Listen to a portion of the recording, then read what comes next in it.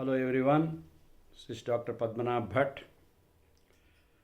Today I am going to speak about cancer of the colon, ಕರುಳಿನ ಕ್ಯಾನ್ಸರ್ಗೆ ಕೂಡ ಏನು ಹೇಳ್ತಾರೆ, ಅರ್ಬುದ ರೋಗ ಅಂತ ಹೇಳ್ತಾರೆ. ಸೊ ಅದು ತೀರಾ ಕನ್ನಡ ಆಗಿಬಿಡುತ್ತೆ. ಸೊ ಕರುಳಿನ ಕ್ಯಾನ್ಸರ್ ನೀವು ಭಾಳ ಸರ್ತಿ ಕೇಳಿದ್ದೀರಾ ನೀವು. ಈ ಕರುಳು ಅನ್ನೋದು ನಿಮ್ಗೆ ಗೊತ್ತಿರುವಂಗೆ ಸ್ಮಾಲ್ ಇಂಟೆಸ್ಟೈನ್, ಲಾರ್ಜ್ ಇಂಟೆಸ್ಟೈನ್ ಎಲ್ಲ ತುಂಬ ಇದೆಯಲ್ಲ, ದೊಡ್ಡದು 18 ಅಡಿ ಉದ್ದ ಇದೆ ಅಂತೆಲ್ಲ ಕೇಳಿರ್ಬೋದು ನೀವು ನಿಮ್ಮ ಪ್ರೈಮರಿ ಸ್ಕೂಲಲ್ಲಿ. ಆದರೆ ಈ ಕರುಳಿನ ಕ್ಯಾನ್ಸರ್ ಬರುವಂತಹ ಜಾಗ ಯಾವುದು, ಎಲ್ಲಿ ಬರುತ್ತೆ? ಸ್ಮಾಲ್ ಇಂಟೆಸ್ಟೈನಾ, ಲಾರ್ಜ್ ಇಂಟೆಸ್ಟೈನಾ, ಅಥವಾ ಬೇರೆ ಎಲ್ಲಿ ಬರ್ತದೆ ಅಂಥೇಳಿ. ಕೋಲಾನ್ ಅಂದರೆ ಯಾವ ಜಾಗ? ಕೋಲಾನ್ ಇಲ್ಲಿ ನೀವು ಇದನ್ನು ನೋಡಿದರೆ ನಿಮಗೆ ಅರ್ಥ ಆಗ್ತದೆ. ಇದು ಸ್ಟಮಕ್ ಅಂದರೆ ಜಠರ, ಸ್ಟಮಕ್ಕಿಂದ ಕೆಳಗೆ ಬಂದು ಇಂಟೆಸ್ಟೈನ್, ಸ್ಮಾಲ್ ಇಂಟೆಸ್ಟೈನ್ ಆದಮೇಲೆ ಇದು ಲಾರ್ಜ್ ಇಂಟೆಸ್ಟೈನ್, ದೊಡ್ಡ ಕರಳು ಆದಮೇಲೆ ಇದು ರೆಕ್ಟಮ್, ಹೊರಗಡೆ ಹೋಗುವಂಥದ್ದು. ಇದಕ್ಕಿಂತ ಕೆಳಗಡೆ ಏನಲ್ ಕೆನಾಲ್ ಇದೆ, ಏನಲ್ ಫಿಶರ್ ಮೊನ್ನೆ ಮಾತಾಡಿದ್ದೀನಿ. ಸೊ ರೆಕ್ಟಮ್ ಇಲ್ಲಿರುತ್ತೆ. ಸೊ ರೆಕ್ಟಮ್ ಮತ್ತು ಕೋಲಾನ್, ಈ ಜಾಗದಲ್ಲಿ ಕೋಲಾನ್ ಮತ್ತು ರೆಕ್ಟಮ್. ಇದು ಕೋಲಾನ್ಗೆ ಬೇರೆ ಬೇರೆ ಜಾಗ, ಇಲ್ಲಿ ಇದಕ್ಕೆ ಅಸೆಂಡಿಂಗ್ ಕೋಲಾನ್ ಅಂತಾರೆ, ಇದಕ್ಕೆ ಟ್ರಾನ್ಸ್ವರ್ಸ್ ಕೋಲಾನ್ ಅಂತಾರೆ, ಇದಕ್ಕೆ ಡಿಸೆಂಡಿಂಗ್ ಕೋಲಾನ್ ಅಂತಾರೆ. ಆಮೇಲೆ ಇಲ್ಲಿ ಸಿಗ್ಮಾಯ್ಡ್ ಕೋಲಾನ್ ಅಂತ, ಇದು ಹಿಂಗೆ ಹೋಗ್ಬಿಟ್ಟು ಹಿಂಗೆ ಒಳಗೆ ಬರುತ್ತೆ. ಈಗ ಇಲ್ಲಿ ಸ್ಮಾಲ್ ಇಂಟೆಸ್ಟೈನ್ ತೋರಿಸ್ತಾ ಇದ್ದಾರೆ, ಇದು ಕೆಳಗಡೆಯಿಂದ ಹಿಂಗೆ ಹೋಗ್ಬಿಟ್ಟು ಹೊರಗಡೆ ಬರುತ್ತೆ. ಸೊ ಎಲ್ಲಿ ರೆಕ್ಟಮ್ ಮತ್ತು ಕೋಲಾನ್ ಜಾಯ್ನ್ ಆಗುತ್ತೋ ಈ ಜಾಗದಲ್ಲಿ ಕ್ಯಾನ್ಸರ್ ಬರುತ್ತೆ. ಈ ಜಾಗವನ್ನು ಕರೆಕ್ಟಾಗಿ ನೀವು ಅರ್ಥ ಮಾಡ್ಕೊಳ್ಳಿ, ಎಲ್ಲಿ ಬರುತ್ತೆ ಅಂತ ಹೇಳ್ಬಿಟ್ಟು. ಗೊತ್ತಾಯ್ತಲ್ವಾ? ಸೊ ಕೋಲೋರೆಕ್ಟಲ್ ಕ್ಯಾನ್ಸರ್, ಇದನ್ನು ಕೋಲೋರೆಕ್ಟಲ್ ಕ್ಯಾನ್ಸರ್ ಅಂತ ಕೂಡ ಹೇಳ್ತಾರೆ.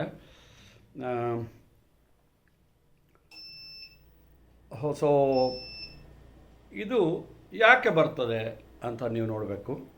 ಯಾಕೆ ಬರ್ತದೆ ಅಂತ ಹೇಳಿಬಿಟ್ಟು ಕಾರಣಗಳು ಹೇಳ್ತೀನಿ. ಸಾಧಾರಣ ಮಟ್ಟಿಗೆ ಕೋಲೋರೆಕ್ಟಲ್ ಕ್ಯಾನ್ಸರ್ ಬರೋದು ನಾವು ತಿನ್ನುವ ಆಹಾರ ಪದಾರ್ಥಗಳಿಂದ ಬರ್ತದೆ. ಆಹಾರ ಪದಾರ್ಥಗಳಲ್ಲಿ ಏನೆಲ್ಲ ಇರಬೇಕು? ಮುಂಚೆನೂ ಹೇಳಿದ್ದೀನಿ ನಾನು, ಕಾನ್ಸ್ಟಿಪೇಷನ್ ಆಗದಂಗೆ ನೋಡ್ಕೊಳ್ಬೇಕು. ಕಾನ್ಸ್ಟಿಪೇಷನ್ ಅಂದರೆ ಮಲಬದ್ಧತೆ ಆಗದಂಗೆ ನಾವು ನೋಡ್ಕೋಬೇಕು. ನಾವು ಆದಷ್ಟು ಸೊಪ್ಪು ತರಕಾರಿಗಳು ಜಾಸ್ತಿ ಉಪಯೋಗ ಮಾಡಬೇಕು. ಸೊ ಯಾವಾಗ ಕಾನ್ಸ್ಟಿಪೇಷನ್ ಆಗುತ್ತೋ ಸರಿ, ಅದು ಕಾನ್ಸ್ಟಿಪೇಷನ್ ಆದಮೇಲೆ ನನಗೆ ಮಲಬದ್ಧತೆ ಆಗಿದೆ ಅಂತೇಳಿ ಅದಕ್ಕೆ ಏನೋ ಮೆಡಿಸಿನ್ ಅದು ತಗೊಳ್ತಾರೆ, ಆವಾಗ ಲೂಸ್ ಮೋಷನ್ ಶುರುವಾಗುತ್ತೆ. ಸೊ ಹೀಗೆ ಕಾನ್ಸ್ಟಿಪೇಷನು, ಲೂಸ್ ಮೋಷನ್ ಈ ಥರ ಕೆಲವರಿಗೆ ನಡೀತಾ ಇರ್ತದೆ. ಇದು ಕೆಲವರಿಗಿದ್ದು ಭಾಳ ಸಾಮಾನ್ಯ. ಇದನ್ನು ಅವಾಯ್ಡ್ ಮಾಡಲಿಕ್ಕೆ ನಾವು ಆಹಾರದಲ್ಲಿ ಸಾಕಷ್ಟು ಪ್ರಮಾಣದಲ್ಲಿ ಸೊಪ್ಪು ತರಕಾರಿ, ಹಸಿ ತರಕಾರಿ ಭಾಳ ಇಂಪಾರ್ಟೆಂಟು. ಏನೋ ತರಕಾರಿ ತಗೊಂಡೆ ಸರ್, ಅದು ಬೇಯಿಸಿ ತರಕಾರಿನಲ್ಲಿ ಅಂಥದ್ದೇನು ಉಪಯೋಗ ಇಲ್ಲ. ಹಸಿ ತರಕಾರಿ ಅಂದರೆ ವೆಜಿಟೇಬಲ್ ಸಲಾಡ್ ಮಾಡಿ ನೀವು ತಿನ್ನಬೇಕು, ಅದು ಭಾಳ ಇಂಪಾರ್ಟೆಂಟು. ಸೊ ಹೀಗೆ ಆ ಕಾರಣದಿಂದಾಗಿ ಬರ್ತದೆ. ಮತ್ತು ಕೆಲವು ಕೆಮಿಕಲ್ಸ್ ಈ ನಡುವೆ ನಾವು ಮಕ್ಕಳು ತಿನ್ನುವಂಥದ್ದು ಫ್ರೈಡ್ ಫುಡ್ಡು, ಆಮೇಲೆ ಫ್ಯಾಕ್ಟ್ರಿಯಲ್ಲೇ ಮಾಡಿ ಸೀಲ್ ಮಾಡಿರುವಂಥದ್ದು, ಆಮೇಲೆ ಆ ಥರ ಫ್ರೈಡ್ ಫುಡ್ಡುಗಳು, ಫ್ರೈಯಮ್ಸು, ಚಿಪ್ಸು, ಅದು ಇದೆಲ್ಲ ಇದೆಯಲ್ಲ, ಅದರಲ್ಲಿ ಕೆಮಿಕಲ್ಸ್ ಇರುತ್ತೆ. ಸೊ ಅದು ಇಂಪಾರ್ಟೆಂಟ್. ಆ ಕೆಮಿಕಲ್ಸಿನಿಂದಾಗಿ ನಮಗೆ ಕ್ಯಾನ್ಸರ್ ಬರ್ಬೋದು. ಇನ್ನೂ ಒಂದು ಏನು ಅಂದರೆ ಕೆಲವರಿಗೆ ಸ್ಮೋಕಿಂಗ್ ಅಭ್ಯಾಸ ಇರುತ್ತೆ, ಇನ್ನು ಕೆಲವರಿಗೆ ಆಲ್ಕೋಹಾಲ್ ಅಭ್ಯಾಸ ಇರ್ತದೆ. ಸೊ ಈ ಸ್ಮೋಕಿಂಗಲ್ಲಿರುವಂತಹ ರಾಸಾಯನಿಕ ವಸ್ತು ಕೂಡ ಕ್ಯಾನ್ಸರಿಗೆ ಕಾರಣ ಆಗ್ಬೋದು. ಎಕ್ಸೆಸಿವ್ ಆಲ್ಕೋಹಾಲ್ ಕನ್ಸಂಪ್ಷನ್, ತುಂಬ ಮದ್ಯಪಾನ ಮಾಡುವವರಿಗೆ ಕೂಡ ಇದು ಬರ್ಬೋದು. ಹೀಗೆ ಹಲವಾರು ಕಾರಣಗಳಿವೆ.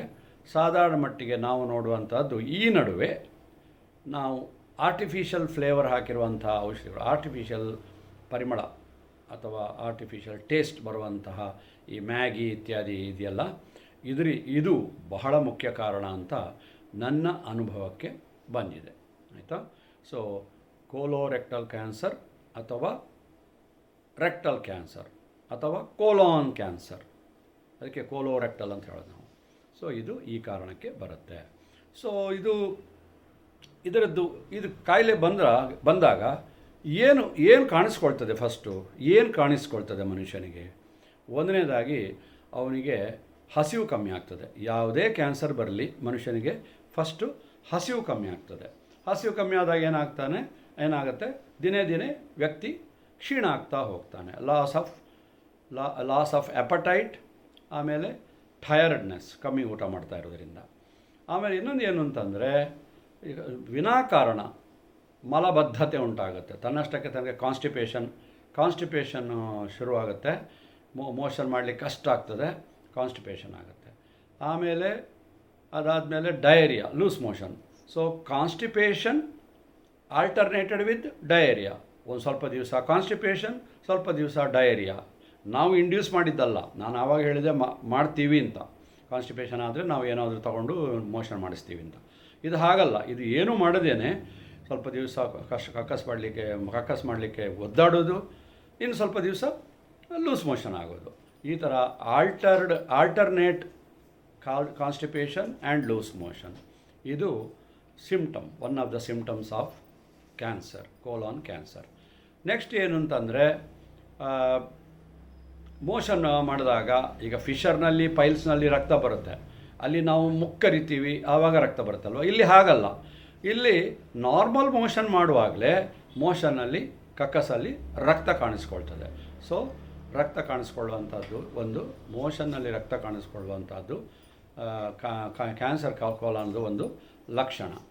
ಆಮೇಲೆ ಇದು ಲಕ್ಷಣಗಳಲ್ಲಿ ಹೇಳ್ತಾ ಇದ್ದೀನಿ, ಲಾಸ್ ಆಫ್ ಎಪಟೈಟ್, ಆಮೇಲೆ ಲಾಸ್ ಆಫ್ ವೆಯ್ಟ್, ಆಮೇಲೆ ಕಾನ್ಸ್ಟಿಪೇಷನ್ ಆಲ್ಟರ್ನೇಟೆಡ್ ವಿತ್ ಡಯೇರಿಯಾ, ಆಮೇಲೆ ಬ್ಲಡ್ ಇನ್ ದ ಸ್ಟೂಲ್ಸ್.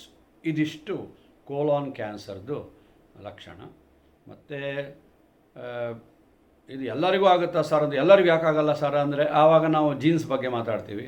ಅದು ಜೆನೆಟಿಕ್ ಇನ್ಹೆರಿಟೆನ್ಸ್ ಇರ್ಬೋದು, ಹಾಗೆ ಹೀಗೆ ಅಂಥೇಳಿ. ಅದು ಒನ್ ಆಫ್ ದ ಫ್ಯಾಕ್ಟರ್ಸ್ ಇರಬಹುದು, ಯಾಕಂದರೆ ಎಲ್ಲರಿಗೂ ಈ ಥರ ಆಗೋದಿಲ್ಲಲ್ಲ. ಸೊ ಕೆಲವರಿಗೆ ಆಗ್ಬೋದು. ಹಾಗೆ ಕೇಳೋಕ್ಕೆ ಹೋದರೆ ಯಾಕೆ ಕೆಲವರಿಗೆ ಮಾತ್ರ ಟೈಫಾಯ್ಡ್ ಬರ್ತದೆ, ಕೆಲವರಿಗೆ ಮಾತ್ರ ಯಾಕೆ ಬರ್ತದೆ? ಅದಕ್ಕೆ ಕಾರಣಗಳು ಹಲವಾರು ಇರ್ತದೆ. ಅವನವನ ಇಮ್ಯುನಿಟಿ ಮೇಲೆ ಹೋಗುತ್ತೆ. ಇಮ್ಯುನಿಟಿ ಕೂಡ ಕಾಂಪ್ರಮೈಸ್ ಆದರೆ ಆವಾಗ ಯಾವ ಕಾಯಿಲೆಗಳು ಕೂಡ ಬರ್ಬೋದಲ್ವಾ. ಸೊ ಹಾಗಾಗಿ ಕೋಲಾನ್ ಕ್ಯಾನ್ಸರ್ ಈ ಥರ ಉಂಟಾಗುತ್ತೆ. ಇವಾಗ ನೆಕ್ಸ್ಟು ನಾವು ಏನು ನೋಡ್ತೀವಿ ಅಂತಂದರೆ, ಕೋಲಾನ್ ಕ್ಯಾನ್ಸರ್ ಯಾವ ಥರ ಕಾಣಿಸ್ಕೊಳ್ಳುತ್ತೆ.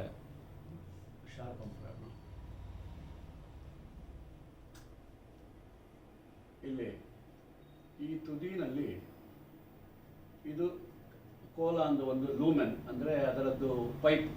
ಆ ಪೈಪಿನ ಒಳಗಡೆ ಒಂದು ಗಡ್ಡೆ ಕಾಣಿಸ್ಕೊಳ್ತದೆ. ಈ ಥರ ಪೈಪಿನ ಒಳಗಡೆ ಒಂದು ಗಡ್ಡೆ ಕಾಣಿಸ್ಕೊಳ್ತದೆ.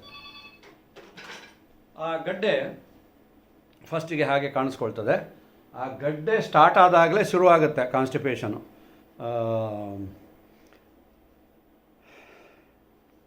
ಸೊ ಗಡ್ಡೆ ಅಡ್ಡ ಬರ್ತಾ ಇರ್ತದಲ್ವ, ಸೊ ಮೋಷನ್ ಆಗೋದಿಲ್ಲ.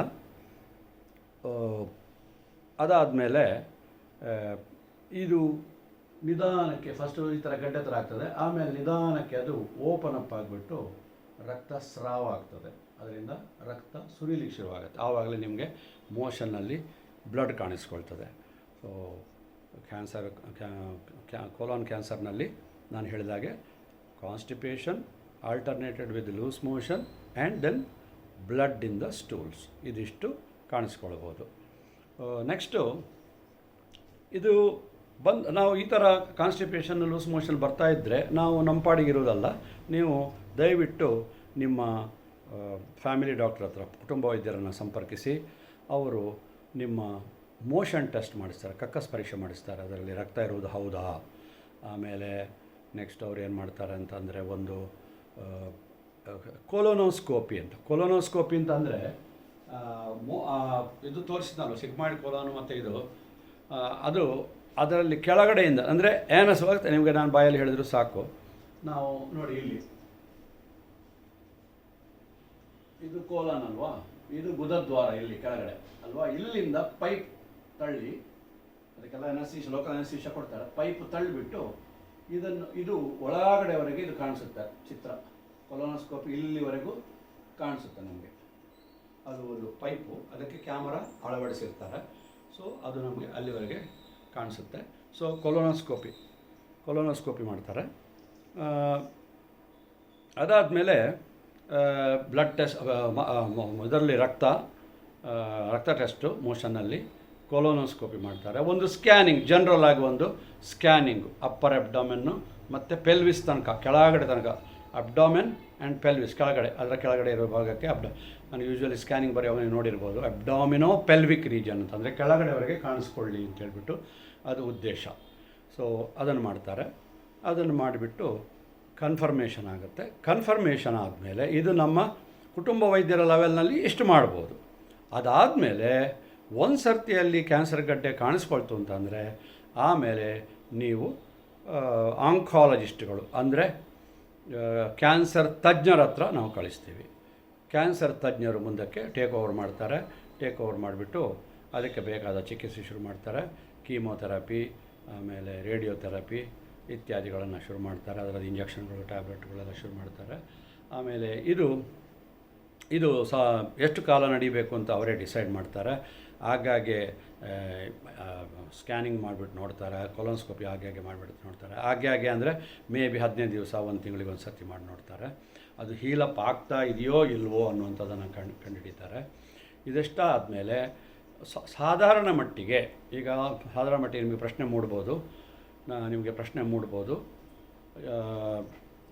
ಇದು ಕೋಲಾನ್ ಕ್ಯಾನ್ಸರು ಇದು ಕ್ಯೂರೇಬಲ್ಲಾ ಹೌದೋ ಅಲ್ವೋ ಅಂತ.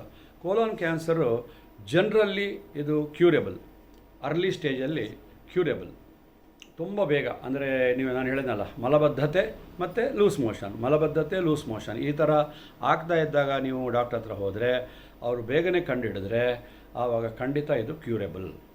ಇದು ಆದರೆ ಅದನ್ನೆಲ್ಲ ಕೇರ್ಲೆಸ್ ಮಾಡಿ ನೀವೇ ಡಾಕ್ಟ್ರು ಗಟ್ ಕ್ಲಿಯರ್ ಬರ್ಕೊಟ್ಟಿದ್ದಾರೆ ಕಾನ್ಸ್ಟಿಪೇಷನ್ ಆದರೆ ಅಂತ ಹೇಳಿಬಿಟ್ಟು ಕ್ರಮ್ಯಾಫಿನ್ನು ಗಟ್ ಕ್ಲಿಯರ್ ತಗೊಂಡು ಮೋಷನ್ ಕರೆಕ್ಟಾಗಿ ಆಯ್ತು ಇವಾಗ ಅಂತ ಹೇಳ್ಬಿಟ್ಟು ಅಂದ್ಕೊಂಡು ಕೂತ್ಕೊಂಡ್ರೆ ಕ್ಯಾನ್ಸರ್ ನಿಮ್ಗೆ ಗೊತ್ತಾಗಲ್ಲ. ಬ್ಲಡ್ ನಿಮ್ಗೆ ಮಾಮೂಲಿ ಇದು ಜನಗಳದ್ದು ಒಂದು ಭಾವನೆ, ನನಗೆ ಮೋಷನಲ್ಲಿ ರಕ್ತ ಹೋಗ್ತಾ ಇದೆ ಅಂದರೆ ನೀವು ಫ್ಲಶ್ ಮಾಡ್ತೀರಾ. ಆದರೆ ಚೂರು ಉರಿದಂಗೆ ಆದರೆ ಏನಾದರೂ ತಿರುಗಿ ನೋಡಿದರೆ ನೀವು ನಿಮ್ಮದು ಕಮೋಡಲ್ಲಿ ನಿಮಗೆ ಬ್ಲಡ್ ಕಾಣಿಸ್ಕೊಳ್ತದೆ. ನನಗೆ ಹೀಟ್ ಆಗಿದೆ, ನನಗೆ ಉಷ್ಣ ಆಗಿದೆ, ನಾನು ತುಂಬ ಕಾಫಿ ಟೀ ಕುಡಿತಾ ಇದ್ದೀನಲ್ಲ ಅದಕ್ಕೋಸ್ಕರ ಉಷ್ಣ ಆಗಿದೆ, ನಾನು ಸ್ಮೋಕ್ ಮಾಡ್ತೀನಲ್ಲ ಮೇ ಬಿ ಉಷ್ಣ ಆಗಿದೆ. ಹೀಗೆ ನೀವು ಅಲ್ಲಗಳಿತಾ ಬರ್ತಾ ಇರ್ತೀರ. ಆ ಥರ ಅಲ್ಲಗಳಿತಾ ಬರ್ತಾ ಇದ್ದಾಗ ಈ ಕಡೆ ಕ್ಯಾನ್ಸರ್, ಕೋಲಾನ್ ಕ್ಯಾನ್ಸರ್ ಉಲ್ಬಣ ಆಗ್ತದೆ. ಉಲ್ಬಣ ಆಗಿಬಿಟ್ಟು ಅಲ್ಲಿಂದ ಕ್ಯಾನ್ಸರು ಬೇರೆ ಕಡೆ ಹರಡುತ್ತೆ. ಬೇರೆ ಕಡೆ ಅಂದರೆ ಸಾಧಾರಣ ಮಟ್ಟಿಗೆ ಫಸ್ಟ್ ಹರಡೋದು ಲಿವರು, ಪ್ಯಾಂಕ್ರಿಯಾಸು ಮತ್ತು ಈ ಥರ ಗ್ರಂಥಿಗಳ ಈ ಥರ ಅಬ್ಡಾಮನ್ನಲ್ಲಿರುವಂಥ ಬೇರೆ ಅಂಗಾಂಗಗಳಿಗೆ ಹರಡುತ್ತದೆ. ಒಂದು ಸರ್ತಿ ಹರಡಿದರೆ, ಬೇರೆ ಆರ್ಗನ್ಗಳಿಗೆ ಹರಡಿದರೆ ಖಂಡಿತ colon cancer is not curable, cure ಮಾಡೋಕ್ಕಾಗಲ್ಲ. ದಯವಿಟ್ಟು ಇದನ್ನು ಅರ್ಥ ಮಾಡ್ಕೊಳ್ಳಿ. ಸ್ಪ್ರೆಡ್ ಆಯ್ತದೆ. ಅದು ಫಾರ್ ಎಕ್ಸಾಂಪಲ್ ಯಾವುದೇ ಆರ್ಗನ್ ಆಗಲಿ, ಲಿವರ್, ಯಾಕಂದರೆ ಇದು ಹೆಂಗೆ ಗೊತ್ತಾಗ್ತದೆ ನಿಮಗೆ ಅಂತ ಕೇಳ್ತೀರಾ. ಸ್ಕ್ಯಾನಿಂಗ್ ಮಾಡ್ತಾ ಇರಬೇಕಾದ್ರೆ ಗೊತ್ತಾಗ್ತದೆ. ಲಿವರಲ್ಲಿ ಕೂಡ ಸ್ವಲ್ಪ ಅಲ್ಲಿ ಕಾಣಿಸ್ಕೊಳ್ತದೆ. ಸೊ ಲಿವರು, ಪ್ಯಾಂಕ್ರಿಯಾಸು ಇಂತಹ ಗ್ರಂಥಿಗಳಿಗೆ ಹೋದರೆ ಇದು ಆಮೇಲೆ ಕ್ಯೂರ್ ಮಾಡಲಿಕ್ಕಾಗೋದಿಲ್ಲ. So early stage cancer of colon can be cured. Later stage when it is ಅದು ಸ್ಪ್ರೆಡ್ ಆದಮೇಲೆ ಏನು ಮಾಡಿದರೂ ಕಮ್ಮಿ ಆಗಲ್ಲ. ಸೊ ಈಗ ಫೈನಲ್ ಒಂದು ಕ್ವಶನು, ಹಾಗಾದರೆ ನಾವು ಏನು ಮಾಡಬೇಕು, ಇದು ಆಗದಂಗೆ ನಾನು ಆವಾಗಲೇ ಹೇಳಿದಂಗೆ ದಿವಸ ನಾನು ಎಲ್ಲರಿಗೂ ಹೇಳ್ತೀನಿ, have good breakfast but not oil, no oily food, no fried food, no artificial food, no artificial flavour. ಇದು ಕುಡಿಯೋ ಅಭ್ಯಾಸ ಉಂಟಲ್ಲ ನಿಮಗೆ. ಆಲ್ಕೋಹಾಲ್ ಕುಡಿಯೋಲ್ಲ ನಾನು, ಆದರೆ ಕೊಕೋ ಕೋಲಾ ಕುಡಿತೀನಿ, ಫ್ಯಾಂಟಾ ಕುಡಿತೀನಿ, ಟೊರಿನೋ ಕುಡಿತೀನಿ. ನೋ, ಎಗೈನ್ ಕಾರ್ಬೋನೇಟೆಡ್ ಡ್ರಿಂಕ್ಸ್, ಅದರಲ್ಲಿ ಕಾರ್ಬನ್ ಇದೆ. ಕಾರ್ಬನ್ ಎಗೈನ್ ಕೆಮಿಕಲ್ ಏನು ಮಾಡುತ್ತೆ, ಮತ್ತೆ ಒಳಗೆ ಹೋಗಿ ಕರೋಡ್ ಮಾಡಿಬಿಟ್ಟು ಅದು ಅಲ್ಸರ್ ಅಥವಾ ಇದಕ್ಕೆ ಅಲ್ಸರ್ ಮತ್ತು ಅಲ್ಸರ್ ಹೋಗಿ ಕ್ಯಾನ್ಸರ್ ಆಗೋದು ಅಷ್ಟೇ, ಇನ್ನೇನಿಲ್ಲ. ಫಸ್ಟ್ ಅಲ್ಸರ್ ಥರ ಆಗುತ್ತೆ, ಆಮೇಲೆ ಕ್ಯಾನ್ಸರ್ ಆಗುತ್ತೆ. ಸೊ ಇದನ್ನೆಲ್ಲ ಅವಾಯ್ಡ್ ಮಾಡಬೇಕು. ನೀವು ಆದಷ್ಟು ಏನಾದರೂ ನಿಮಗೆ ಕುಡಿಬೇಕು ಬೇಸಿಗೆಯಲ್ಲಿ ಅಂತಂದರೆ ಮನೆಯಲ್ಲೇ ಪಾನಕ ಮಾಡ್ಕೊಂಡು ಕುಡೀರಿ. ಆರೆಂಜ್ ತರಿಸ್ಬಿಟ್ಟು ಆರೆಂಜ್ ಜ್ಯೂಸ್ ಮಾಡ್ಕೊಂಡು ಕುಡೀರಿ. ಸೊ ಆರ್ಟಿಫಿಷಿಯಲ್ ಆಗಿ ಮಾಡಿರುವಂಥದ್ದು ಯಾವುದೇ ಪಾನೀಯವನ್ನು ಕುಡಿಬೇಡಿ, ಯಾವುದೇ ಆಹಾರ ವಸ್ತುವನ್ನು ಸೇವಿಸಬೇಡಿ. ಆಮೇಲೆ ಆವಾಗಲೇ ಹೇಳಿದಂಗೆ ಸ್ಮೋಕಿಂಗು, ಡ್ರಿಂಕ್ಸ್ ಹ್ಯಾಬಿಟ್ ಇರೋರು, ಆಲ್ಕೋಹಾಲ್ ತಗೊಳ್ಳೋರು ಅದನ್ನೆಲ್ಲ ಬಿಡಬೇಕು. ಹಸಿ ತರಕಾರಿ ತಗೊಂಡಷ್ಟು ಒಳ್ಳೆಯದು. ಎಲ್ಲ ವಿಧದಲ್ಲಿಯೂ ಹಸಿ ತರಕಾರಿ ಭಾಳ ಒಳ್ಳೆಯದು. ನಿಮ್ಮ ಆರೋಗ್ಯಕ್ಕೆ ಹಸಿ ತರಕಾರಿ ಭಾಳ ಒಳ್ಳೆಯದು. ಇದನ್ನು ಜಾಸ್ತಿ ಸೇವಿಸಿ. ಆಮೇಲೆ ಹಾಲು, ಮೊಸರು ಇತ್ಯಾದಿ ಜಾಸ್ತಿ ಸೇವಿಸಿ. ಇದು ಯಾಕೆಂದರೆ ಹಾಲಿನಲ್ಲಿರುವಂಥ ಪ್ರೋಟೀನು ವೆಜಿಟೇರಿಯನ್ಸಿಗೆ ಪರ್ಟಿಕ್ಯುಲರ್ಲಿ ಪ್ರೋಟೀನು ಹಾಲಿನಲ್ಲಿ ತುಂಬ ಸಿಗ್ತದೆ, ವೆಜಿಟೇಬಲ್ಸಲ್ಲಿ ಸಿಗ್ತದೆ. ಸೊ ಅದು ಜಾಸ್ತಿ ಉಪಯೋಗ ಮಾಡಿ. ನಾನ್ ವೆಜಿಟೇರಿಯನ್ಸ್ ನಾವು ನಾನ್ ವೆಜ್ ತಿನ್ಬೋದು ಅಂತ ಭಾಳ ಜನ ಕೇಳ್ತಾರೆ. ನಾನ್ ವೆಜ್ ತಿನ್ನಿ, ಆದರೆ ಹಿತಮಿತವಿರಲಿ. ದಿನ ತಗೊಳ್ಳೋರು ವಾರಕ್ಕೊಂದು ಸರ್ತಿ ತಗೊಳ್ಳಿ, ವಾರಕ್ಕೊಂದು ಸರ್ತಿ ತಗೊಳ್ಳೋರು ತಿಂಗಳಿಗೊಂದು ಸರ್ತಿ ತಗೊಳ್ಳಿ. ಹೀಗೆ ನಿಧಾನಕ್ಕೆ ಟೇಪರ್ ಆಫ್ ಮಾಡಿ ದಯವಿಟ್ಟು. ಯಾಕೆಂದರೆ ಅದರಲ್ಲಿ ತುಂಬ ಕೊಬ್ಬಿನಂಶ ಇರ್ತದೆ. ಆಮೇಲೆ ನಿಮಗೂ ಗೊತ್ತು, ಮಾಂಸ ತಿನ್ನುವರಿಗೆ ಗೊತ್ತು, ಈ ಕುರಿ ಮಾಂಸ ಅಥವಾ ಎದೆ ಆಗಲಿ ಅದು ತೂಕ ಜಾಸ್ತಿ ಆಗಬೇಕು ಅಂತ ಅದಕ್ಕೆ ಒಂದು ಇಂಜೆಕ್ಷನ್ ಕೊಡ್ತಾರೆ. ಇಂಜೆಕ್ಷನ್ ಕೊಟ್ಬಿಟ್ಟು, ಯಾಕಂದರೆ ಅವರಿಗೆ ತೂಕ ಜಾಸ್ತಿ ಮಾಡಬೇಕಲ್ವಾ ಮಾರಬೇಕಾದ್ರೆ. ಸೊ ಆ ಕುರಿಗೆ ಇಂಜೆಕ್ಷನ್ ಕೊಟ್ಬಿಟ್ಟು ಅದಕ್ಕೆ ಸ್ಟಿರಾಯ್ಡ್ಸ್ ಇತ್ಯಾದಿ ಕೊಟ್ಬಿಟ್ಟು ಅದನ್ನು ದಪ್ಪ ಮಾಡಿಬಿಟ್ಟು ವೆಯ್ಟ್ ಜಾಸ್ತಿ ಆಗೋಂಗೆ ಮಾಡಿ ಅದನ್ನು ಮಾರುಕಟ್ಟೆಯಲ್ಲಿ ಮಾರ್ತಾರೆ. ಅಂಥದ್ದನ್ನು ದಯವಿಟ್ಟು ಆದ್ದರಿಂದ ನೀವು ಮಾಂಸ ತಿನ್ನಬೇಡಿ ತಾನು ಹೇಳೋದು, ನನಗೇನಿಲ್ಲ. ನೀವು ತಿಂದರೆ ನಿಮಗೆ ಕಾಯಿಲೆ ಬರುತ್ತೆ, ನನಗೇನಿಲ್ಲ. ಸೊ ದಯವಿಟ್ಟು ಮಾಂಸಾಹಾರಿಗಳು ಮಾಂಸ ಬಿಡಬೇಕು. ಆಮೇಲೆ ಶಾಕಾಹಾರಿಗಳು ಜಾಸ್ತಿ ಸೊಪ್ಪು ತರಕಾರಿ ಜಾಸ್ತಿ ಉಪಯೋಗ ಮಾಡಬೇಕು. ಹೀಗೆ ಮಾಡಿದರೆ ಕೋಲಾನ್ ಕ್ಯಾನ್ಸರ್ ಬರುವಂತಹ ಸಂಭವ ಕಮ್ಮಿ ಎಂದು ಹೇಳಿ ನನ್ನ ಇವತ್ತಿನ ಈ ಟಾಪಿಕನ್ನು ಮುಗಿಸ್ತಾ ಇದ್ದೀನಿ. ದಯವಿಟ್ಟು ನಿಮ್ಮ ಸ್ನೇಹಿತರಿಗೆ ಶೇರ್ ಮಾಡಿ, ಶೇರ್ ಮಾಡೋದಕ್ಕಿಂತ ಜಾಸ್ತಿ ಸಬ್ಸ್ಕ್ರೈಬ್ ಮಾಡೋಕ್ಕೆ ಹೇಳಿ. ಆಮೇಲೆ ನಿಮಗೆ ಇಷ್ಟ ಆದರೆ ಲೈಕ್ ಕೊಡಿ, ಕಮೆಂಟ್ಸ್ ಬಾಕ್ಸಲ್ಲಿ ಕಮೆಂಟ್ಸ್ ಬರೀರಿ. ಅದು ಏನಪ್ಪ ನಂಗೆ ಗೊತ್ತಿಲ್ಲ, 100-200 ವ್ಯೂಸ್ ಇರುತ್ತೆ, 1-2 ಕಮೆಂಟ್ಸ್ ಇರುತ್ತೆ, ಅದೇನು ಕಷ್ಟನೋ ನಿಮಗೆ. ನಾನು ಭಾನುವಾರ ಬೆಳಗ್ಗೆ ಮಾಡ್ತಾಯಿದ್ದೀನಿ, so that the entire day is there ಅಂತ ನನ್ನ ಲೆಕ್ಕ. ಸೊ ಎನಿವೆ ಅದು ನಿಮ್ಮ ವಿವೇಚನೆಗೆ ಬಿಟ್ಟಿದ್ದೀನಿ. ಇಷ್ಟು ಹೇಳಿ ಇವತ್ತಿನ ಮಾತನ್ನು ಮುಗಿಸ್ತಾ ಇದ್ದೀನಿ. ಜೈ ಹಿಂದ್.